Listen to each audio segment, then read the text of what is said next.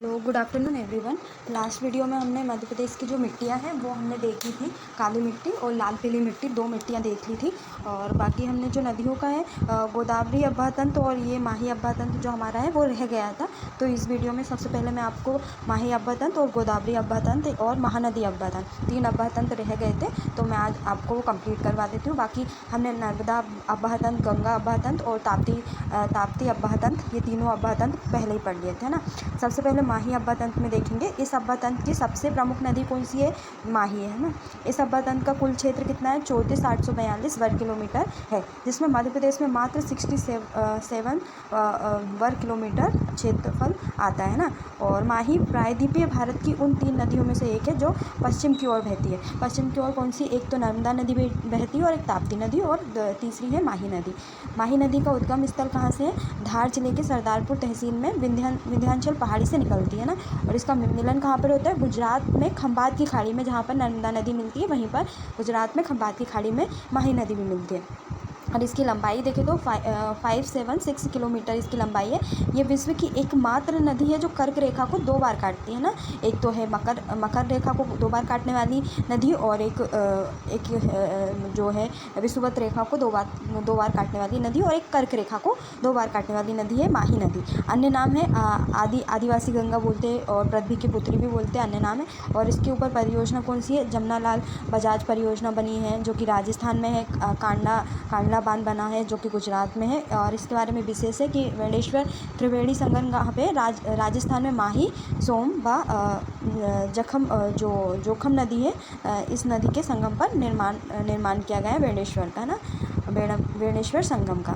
और महानदी अभ्या तंत्र देखते हैं हम। महानदी अभ्या तंत्र प्रदेश का सबसे छोटा अभ्या तंत्र है जो छत्तीसगढ़ के मध्य गठन के पश्चात इस अभ्या तंत्र का अधिकांश भाग कहाँ? छत्तीसगढ़ में चला गया। तो पहले मध्य प्रदेश के अंतर्गत भी इसका भाग ज़्यादा था, पर विभाजन के बाद ये छत्तीसगढ़ में चला गया। इस अभ्या तंत्र का कुल क्षेत्र कितना है?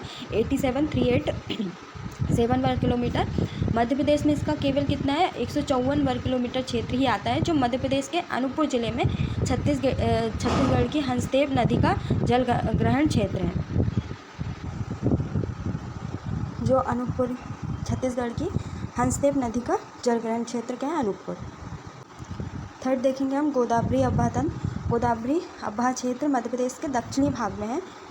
गोदावरी नदी मध्य प्रदेश में नहीं बहती, लेकिन गोदावरी अभ्या तंत्र में मिलने वाली नदियाँ जैसे वेनगंगा नदी है जो कि गोदावरी नदी में जाके मिलती है ना दक्षिण में, वर्धा नदी और पेंच नदी मध्य प्रदेश से निकलती है। इस अभ्या का कुल क्षेत्र 812 वर्ग किलोमीटर, जिसमें मध्य प्रदेश में 378 वर्ग किलोमीटर क्षेत्र आता है ना। इसमें प्रमुख नदियाँ देखेंगे हम। वेनगंगा नदी, जिसका उद्गम कहाँ से? सिवनी के पारसवाड़ा पठार से निकलती है, और मिलन कहाँ पे? वेनगंगा नदी महाराष्ट्र में वर्धा नदी में मिल जाती है। और इन दोनों नदी को क्या बोलते हैं? वर्धा और वेनगंगा नदी को प्राणहिता नदी भी बोलते हैं। इसकी लंबाई 570 किलोमीटर है।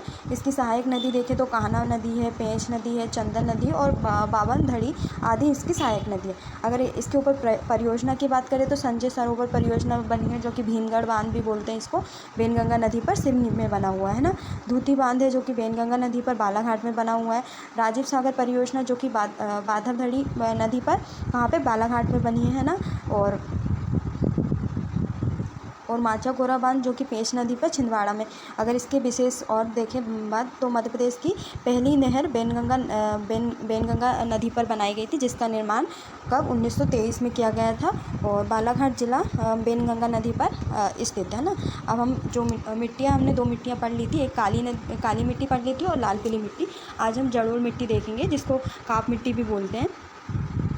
राज्य के उत्तर पश्चिम जिलों विशेषकर भिंड, मुरैना और शिवपुरी, ग्वालियर में यह मिट्टी पाई जाती है ना मुख्य रूप से। मैंने आपको जब मध्य भारत का पठार पढ़ाया था तो उसके अंतर्गत मैंने बताया था कि जो मध्य भारत के पठार के अंतर्गत जलोढ़ मिट्टी मिलती है ना। क्षेत्रफल इसका देखें तो लगभग 33 लाख हेक्टेयर पे एकड़ पर ये पाई जाती है। और अगर परसेंटेज की बात करें तो 7.57% भाग पर ये पाई जाती है। और इसका निर्माण कैसे होता है जलोढ़ मिट्टी का?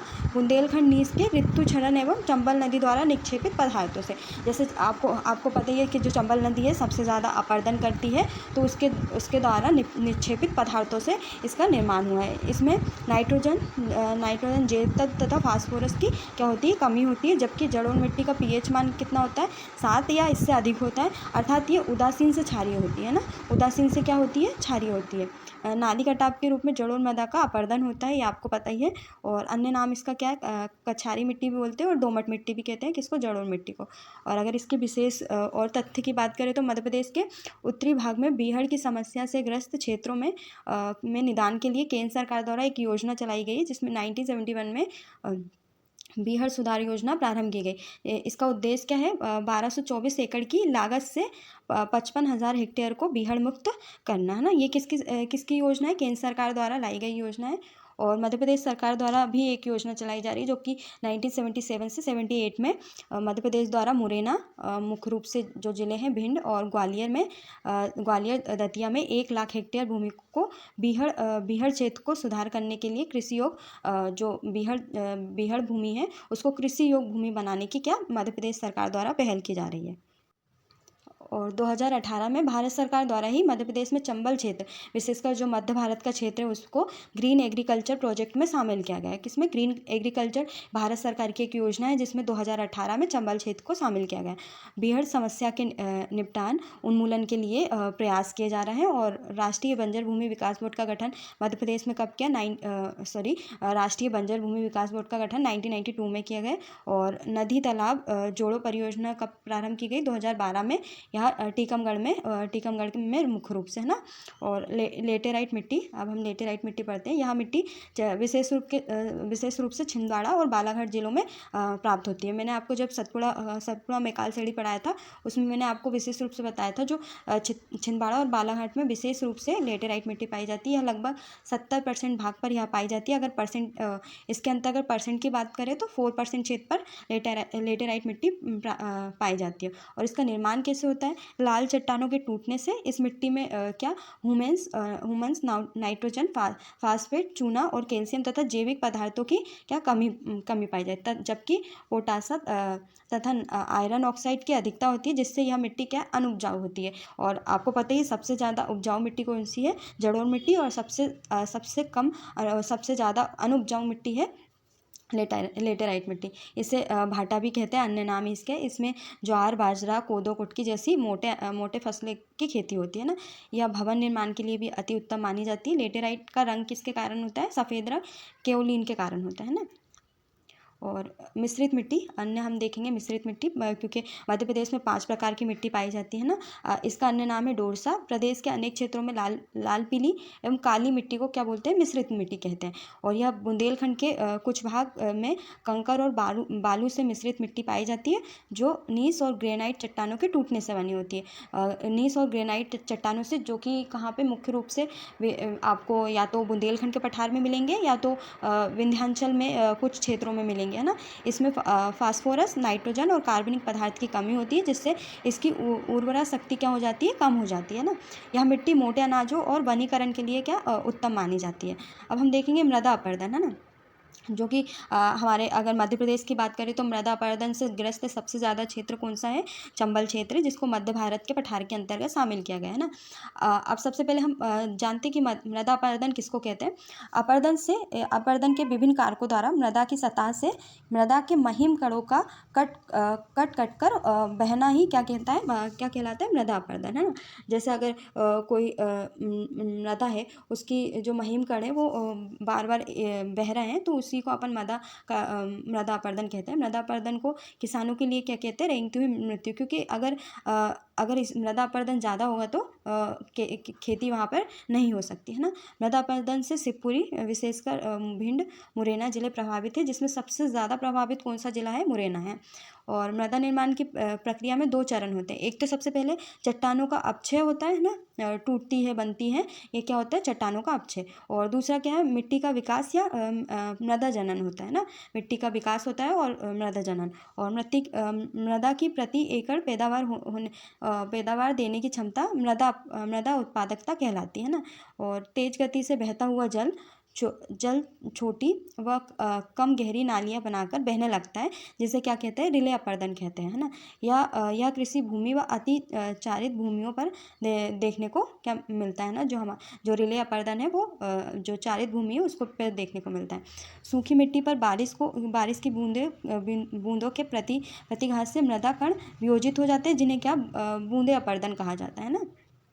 और अन्य चीज़ें देखेंगे तो जैसे अम्लीय मृदा को 3 श्रेणियों में बांटा गया है। सबसे पहले कम अम्लीय मृदा, जिसका पीएच मान कितना होता है, 5.5 से 6.5 इसका पीएच मान होता है। और मध्यम अम्लीय मृदा का पीएच मान कितना होता है, 4.5 से 5.5 तक क्या होता है, मध्यम अम्लीय मृदा का पीएच मान होता है।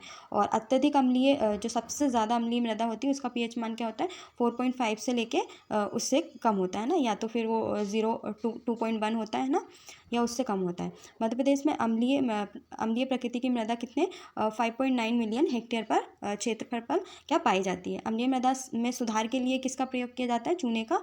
और तथा क्षारीय मृदा में सुधार के लिए किसका, जिप्सम का प्रयोग किया जाता है। अब डायग्राम के थ्रू हम ये देख लेते हैं कि कहाँ पे कौन सी मृदा पाई जाती है। सबसे पहले हमने काली मिट्टी पढ़ा था, जिसको हमने 3 भागों में बांटा गया था, एक साधारण काली मिट्टी, एक गहरी काली मिट्टी और एक छिछली काली मिट्टी। तो जो साधारण काली मिट्टी है वो मालवा क्षेत्र में, कुछ नर्मदा क्षेत्र में भी पाई जाती है। जो गहरी काली मिट्टी है वो विशेषकर नर्मदा क्षेत्र में ही पाई जाती है। और छिछली काली मिट्टी जो कि सतपुड़ा क्षेत्र में पाई जाती है ना। दूसरी हमने लाल पीली मिट्टी पढ़ी थी, जो